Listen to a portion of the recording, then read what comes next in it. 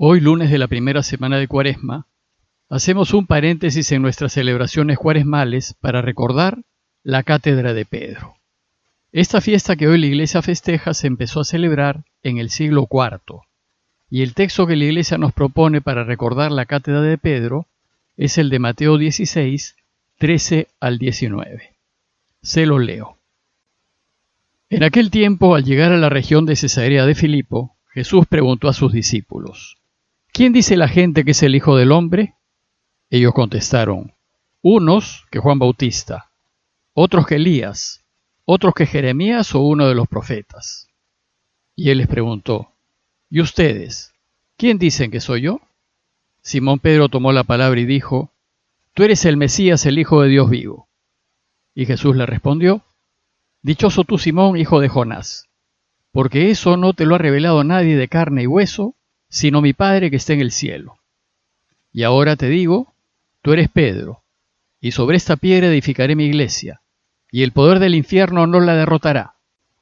Te daré las llaves del reino de los cielos. Lo que ates en la tierra quedará atado en el cielo, y lo que desates en la tierra quedará desatado en el cielo. Una nota previa antes de comentarles el texto. La palabra cátedra significa asiento o sillón, y suele ubicarse en una posición más bien elevada, y designa el asiento elevado de la autoridad que enseña. Antiguamente los profesores dictaban sus clases sentados, y lo hacían desde su cátedra, y el catedrático es aquel que se siente en la cátedra de un curso, es decir, el que se ocupa de dictar un curso, el que tiene autoridad en esa materia. Asimismo, como una de las tareas de los obispos es enseñar, los obispos tienen su cátedra y enseñan desde su cátedra, que es el símbolo de su autoridad, y las cátedras de los obispos se encuentran en sus catedrales, es decir, en sus sedes episcopales. El Papa también tiene una cátedra desde donde enseña, orienta y guía a la Iglesia Universal. Físicamente su cátedra se encuentra ubicada en lo alto, en el ábside de la Basílica de San Pedro en Roma, pero no suele usarla. Se trata de una cátedra simbólica, pues el Papa enseña y ejerce su autoridad desde donde se encuentra. La fiesta que la Iglesia recuerda hoy celebra la misión que el sucesor de Pedro tiene de enseñar y dirigir a la Iglesia fundada por el mismo Jesús, y de la cual es responsable por deseo explícito del Señor.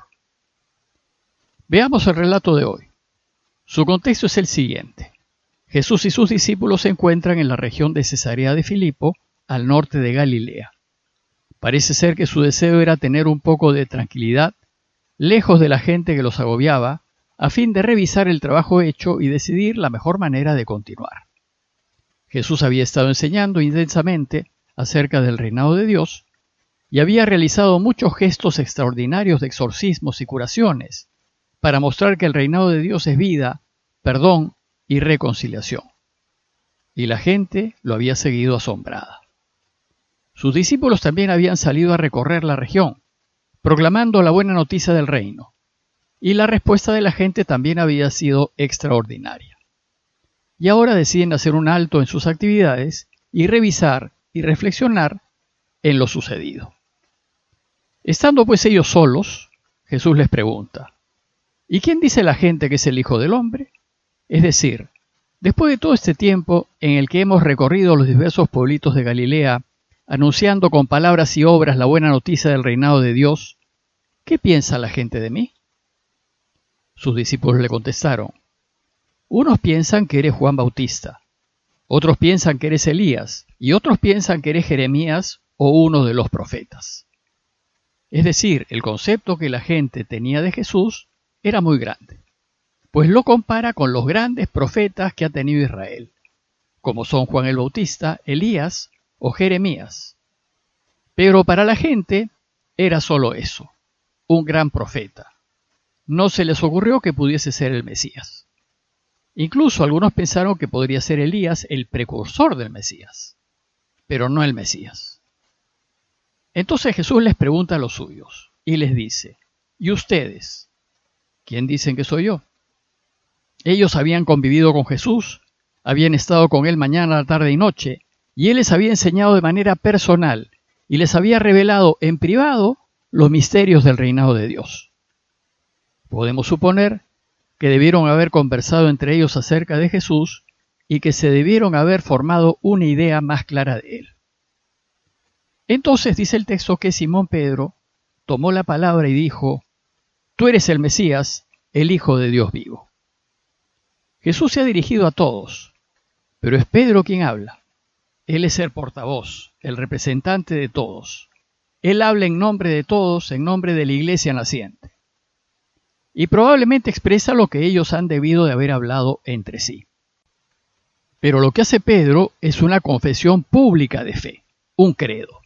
Pues dice: yo creo, y todos nosotros creemos lo mismo, que tú eres el Mesías, el Hijo de Dios vivo.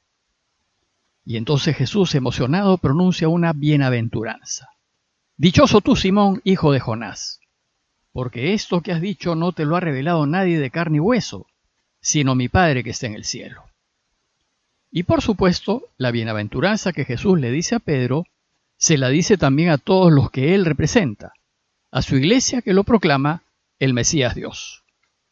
Y le va a decir que es dichoso, que es feliz, que es bienaventurado, que creer que él es el Mesías será fuente de felicidad para él y la iglesia. Y le dice también que esta afirmación de fe es una revelación del Padre. Pues afirmar que es el Mesías no es algo que se deduce por la razón. La razón, si bien es un extraordinario regalo de Dios, tiene sus limitaciones para los asuntos de fe y para los asuntos del corazón. Por eso no se entienden algunas decisiones que tomamos con el corazón. Lo que le dice a Pedro es que el Padre ha trabajado en su corazón y en el corazón de todos ellos y les ha revelado que Él es el Mesías. Revelar quiere decir quitar el velo que cubre los ojos y hacernos ver, mostrarnos. Pero además, Jesús hace dos afirmaciones más. Primero le dice: ahora te digo yo, tú eres Pedro, y sobre esta piedra edificaré mi iglesia, y el poder del infierno no la derrotará. Ahora Jesús se dirige específicamente a Pedro, ya no como portavoz del grupo, sino como persona. La iglesia siempre supo que el nombre de Pedro era Simón, pero que Jesús le puso por sobrenombre Pedro. Y según Mateo, esta es la ocasión en donde Jesús lo llama Pedro. En los evangelios lo van a llamar indistintamente Simón, o Pedro, o Simón Pedro. Bueno, pues Pedro quiere decir roca, piedra. En arameo roca se dice Cefas o Kepas. Y Pablo en Gálatas 2:11 lo va a llamar Cefas. Pues para la iglesia naciente, Pedro es la roca. Pero lo extraño es que Jesús llame a Simón roca cuando para los judíos la única roca firme es Dios. Por ejemplo, dice el Salmo 18:3 y 32, Yahvé mi roca y mi baluarte, mi liberador, mi Dios, la peña en que me amparo, mi escudo y fuerza de mi salvación, mi ciudadela y mi refugio. Pues ¿quién es Dios fuera de Yahvé? ¿Quién roca sino solo nuestro Dios? E Isaías 44:6 al 8 escribe: Así dice Yahvé, el Rey de Israel y su Redentor. Yo soy el primero y el último. Fuera de mí no hay ningún Dios. No hay otra roca. Yo no la conozco. Bueno, pues para Jesús Pedro es esa roca firme, ese cimiento sobre el cual Él va a fundar su iglesia. Él es su vicario, su representante en esta tierra y goza de toda su autoridad. Por eso en la segunda afirmación le delega su autoridad. Y dice el texto: Te daré las llaves del reino de los cielos. Lo que ates en la tierra quedará atado en el cielo, y lo que desates en la tierra quedará desatado en el cielo.